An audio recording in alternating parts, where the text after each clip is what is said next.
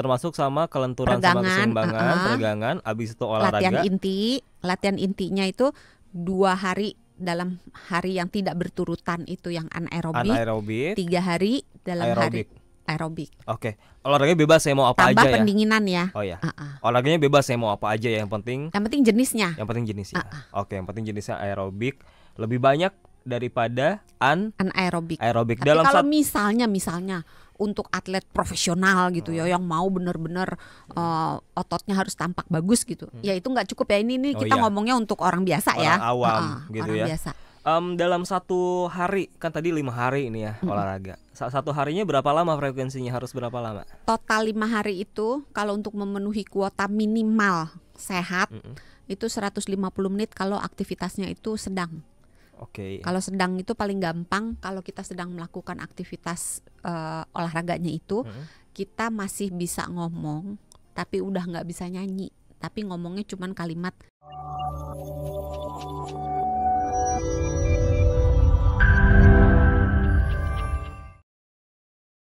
Tapi otot itu kan perlu yang namanya effort, usaha. Gak bisa dengan cara kita tiduran aja sambil berharap ada keajaiban sulap gitu.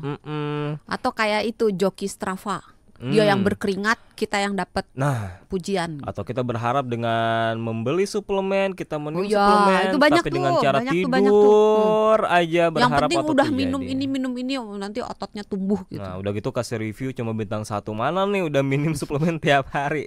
Olahraganya mana nih? Olahraga kan penting ya dok ya, untuk salah satu ya, menumbuhkan atau membentuk massa otot. Salah satu ya. Kita bicara soal olahraga dulu deh. Olahraga yang ada di bayangan saya tentu angkat beban dong. Iya. Tapi kan masalahnya nggak semua orang mau untuk angkat beban. Sebenarnya bisa aja sih ya. Cuman kan mau atau tidaknya tidak semua orang. Ya. Alternatif selain angkat beban. Jadi sebenarnya gini, kalau kita mau membangun massa otot, mau membuat otot itu menjadi hipertrofi alias besar, maka kita perlu melatih otot itu. Nah, latihan yang paling bagus untuk memperbesar massa otot itu adalah dengan latihan yang namanya anaerobik. Latihan yang sifatnya gerakannya itu pengulangannya, repetisinya itu sedikit, membutuhkan tenaga yang besar, yang berbeda dengan latihan yang sifatnya aerobik. Ini bahasa Indonesianya anaerobik ya. Oke. Silahkan dibaca. Ya, oke. Jangan dong, dokter Santi aja ngejelasin.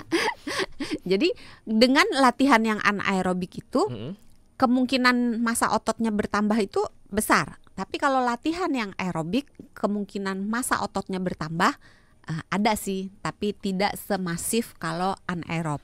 Nah, anaerob nggak cuma semata-mata kayak angkat barbel atau angkat apa sih yang di gym tuh yang mesin weight. Oke. Kita samakan dulu ya di bayangan pendengar, kalau aerobik itu adalah olahraga senam, bakar lemak kalori. Kalau aerobik itu sifatnya gerakannya itu ringan, diulangnya berkali-kali dalam jangka waktu yang lama. Kayak contoh nih, lari, senam, jogging, senam, berenang, bersepeda, apalagi ya? Ya olahraga yang umumnya kita lakukan lah ya. Iya. Kalau anaerobik adalah kalau anaerobik biasanya beban menggunakan beban. Bebannya itu tidak selalu dalam bentuk barbel, tapi bisa juga bebannya itu dalam bentuk badan kita sendiri. Misalnya kita push up, kita sit up, kita squat, ngeplank gitu ya. Atau bisa juga dengan menggunakan alat bantu lainnya yang namanya resistance band. Resistance band itu kayak kalau yang low budget pakai karet ban. Tahu yang kayak sabu gitu ya? Ya, itu macam-macam, ada yang bentuknya ada yang bentuknya kayak karet tipis gitu. Kalau misalnya nggak mau pakai handuk juga boleh ditarik. Emang bisa ya kalau penting, resistance band pakai handuk? Walaupun tidak efektif ya. Soalnya kan tidak selalu setiap sahabat Sonora punya kemampuan untuk membeli. Oh iya. Kalau misalnya nggak punya kemampuan untuk membeli, pakai apa yang ada di rumah gitu. Ini murah tapi cuma 60 ribuan ya kan? Ya murah itu kan Relatif. Nggak berani bilang saya. Karena 60.000 bisa menjadi sangat murah bagi orang yang tajir melintir gitu kan, tapi bisa menjadi mahal buat Itu, orang yang jenis olahraganya adalah harus yang anaerobik. iya, Oke. nggak harus, tapi sebaiknya. Tapi memang harusnya dicampur sih. Dicampur antara anaerobik sama Karena aerobik. untuk mendapatkan tubuh yang sehat dan bugar, itu sebaiknya kita mencampur. Jadi misalnya 3 hari kita pakai yang aerobik, 2 hari yang anaerobik. Yang anaerobik itu sebaiknya dikasih jeda 1 hari. Jadi nggak boleh hari ini anaerobik, besok lagi jadi hari ini angkat beban, besok angkat beban, jangan. Karena otot itu butuh istirahat. Kita sekarang studi kasus. Misalkan saya berusia di bawah 30 tahun ingin membentuk massa otot, ya nggak usah muluk-muluk, nggak usah kayak Adera, yang penting massa ototnya ada aja kelihatan ya. gitu ya. Yang sehat harus lah. apa yang harus saya lakukan untuk olahraga, Dok? Apa kalau dari rekomendasi Dokter Santi? Seminggu misalnya mau olahraga berapa hari? 5 hari lah ya. 5 hari 1 misalkan. minggu ngasok lah gitu ya. Yes, benar.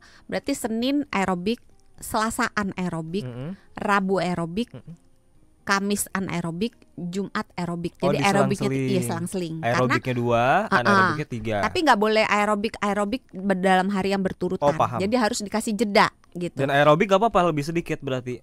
Anaerobik memang lebih sedikit daripada aerobik. Oke. Memang biasanya lebih sedikit Oke. gitu. Terus ditambah dua poin lagi, Apa latihan kelenturan sama latihan keseimbangan. Kelenturan sama keseimbangan. Itu bisa pakai tai chi, pakai yoga gitu.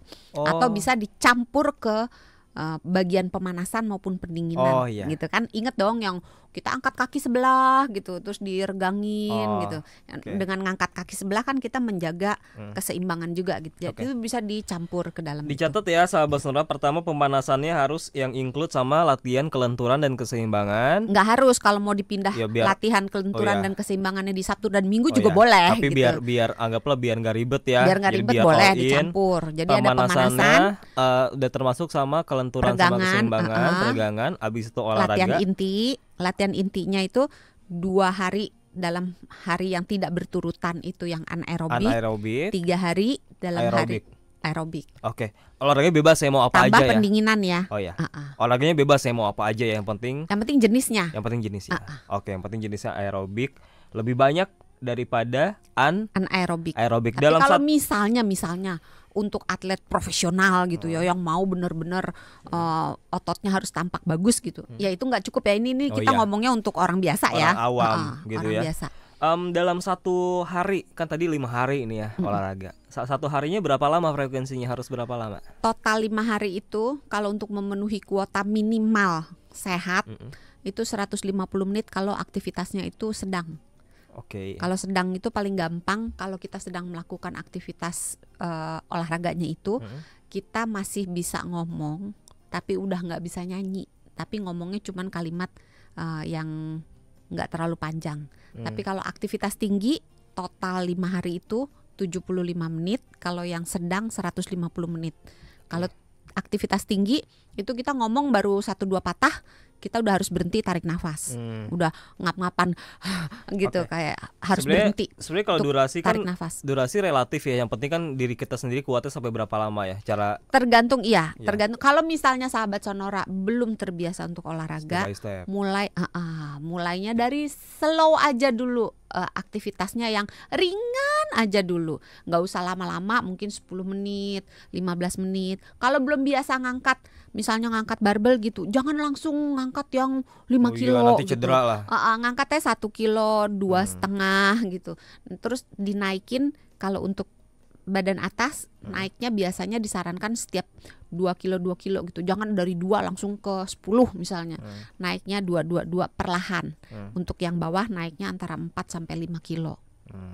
Jadi ini nanti kalau beli beras ya, kan beli beras 5 kilo biasanya jangan pakai motor, jalan kaki aja. Kan udah termasuk tuh anaerobik. 10 menit ada kali ya. Termasuk sih. Dari warung ke Tapi harus pakai pemanasan dulu gitu kan. Gak cuma kecetit nanti. Gak cuma olahraga aja katanya ya. Tapi harus dibarengin sama makanan. Karena lagi banyak nih. Tidur lagi nih. Iya. Makan. Banyak orang yang menyepelekan tidur loh. Oke, padahal otot itu diukirnya itu ketika kita tidur. Oh gitu. Oh, jadi kalau Jadi ketika kita latihan, kita ngangkat berat lah, kita ngeplank lah, kita push up, itu ototnya itu dirusak dalam tanda kutip. Jadi dikasih beban. Oh, saya pikir dibentuknya itu pada saat kita olahraga. Tidak. Ternyata salah. Dibentuknya itu ketika kita tidur. Nah, ketika kita tidur, maka otot-otot yang rusak dalam tanda kutip ketika kita olahraga itu dijahit, diperbaiki, ditambel-tambel supaya dia jadi gede gitu. Dan ketika kita tidur, berbagai hormon yang mengatur pembentukan otot itu keluar.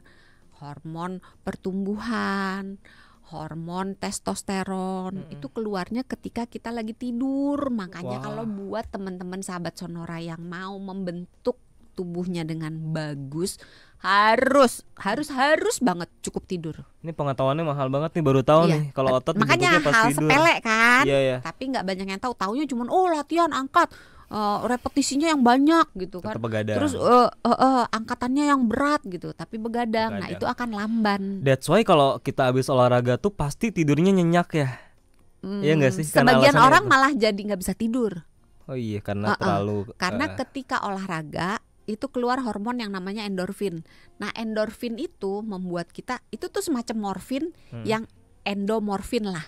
Jadi morfin yang dibuat di dalam dalam tubuh kita sendiri, yang tidak menyebabkan kita adiksi. Kalau kita pakai morfin, pakai narkoba, itu menyebabkan adiksi yang mengganggu gitu. Kalau kita nggak make, jadi nggak enak banget. Tapi kalau endorfin, ketika kita nggak olahraga, kita masih bisa dapat endorfin dari tempat lain. Tapi bisa dibilang nagih juga sih. Ada yang kalau udah biasa olahraga nih, kalau nggak olahraga rasanya kayak nggak enak deh. Nggak biasa olahraga sih. Ada nggak sahabat Sonora yang biasa olahraga, coba rasanya kayak nggak olahraga tuh kayak aduh, ada yang kurang dalam hidup gue gitu, kayak nagih gitu. Nah iya, itulah endorfin gitu. Nah itu yang bisa bikin beberapa orang susah tidur setelah olahraga. Kalau jam olahraganya dekat dengan jam tidur. Harus diimbangi sama tidur, pertama sama makanan juga. Makanan ada yang perlu diperhatikan banget, nggak harus makan ini itu untuk bisa mempercepat pertumbuhan massa otot.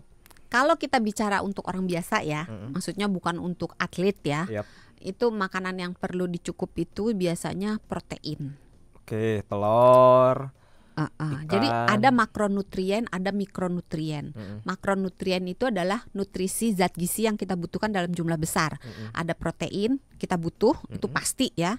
Tapi orang nggak tahu bahwa kita juga butuh lemak baik. Kita juga butuh karbohidrat untuk membentuk si otot ini. Taunya kan cuma protein doang gitu kan. Telur. Iya kan? 10 biji. Terus nggak makan lemak baik, nggak makan karbohidrat. Padahal untuk mendapatkan otot yang bagus kan tubuh harus membakar energi kan. Nah, untuk membakar energi, karbohidrat adalah sumber energi. Jadi harus dikasih bahan bakarnya gitu. Terus untuk membentuk hormon, karena ingat otot itu pembentukannya diatur sebagian oleh hormon. Nah, hormon membutuhkan lemak untuk dibuat. Kalau lemaknya kurang, hormonnya kurang. Kalau hormonnya kurang, maka pembentukan ototnya tidak berjalan dengan optimal. Jadi, tapi jangan mentang-mentang dokter Santi bilang makan lemak gitu langsung auto gorengan gitu. Bukan, maksudnya lemak baik. Lemak baik gitu. Lemak baik bisa kan? Alpukat, kacang-kacangan, ikan berlemak gitu. Ya, kalau protein, ini pengetahuan tentang protein juga susah ini. Karena nggak semua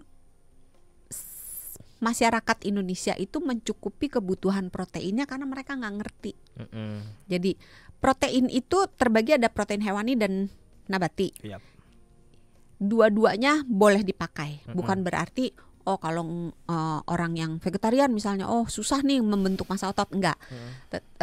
Asal tahu apa aja yang mengandung protein tinggi, itu bisa mencapai pemenuhan kebutuhan protein. Nah, kebutuhan protein itu kurang lebih 1 sampai 2, tergantung orangnya sih mau kejar seberapa ototnya besarnya.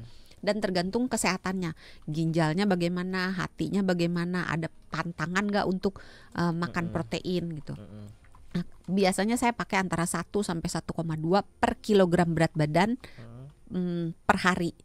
Nah, katakan misalnya orang yang beratnya 60 kilo, 60 kali 1 gram berarti kan setiap hari orang yang beratnya 60 kg membutuhkan 60 gram protein. Yep. Nah, sekarang nih saya baca nih ya. Satu telur itu proteinnya 6 gram. Jadi kalau misalnya dia 60, kita pakai angka 1 gram per hari, dia untuk mencapai kebutuhan dia harus makan 10 telur per hari.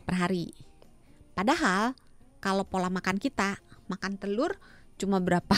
Ya, paling makan siang, makan malam. Iya, mentok 2 ya, iya kan? 1 kali makan. Nah, 4. berarti kan kurang. Tapi tidak berarti harus makan telur 10 doang gitu pilihannya. Karena hati-hati, telur juga kan ada kolesterolnya di kuningnya. Kalau putihnya nggak ada ya.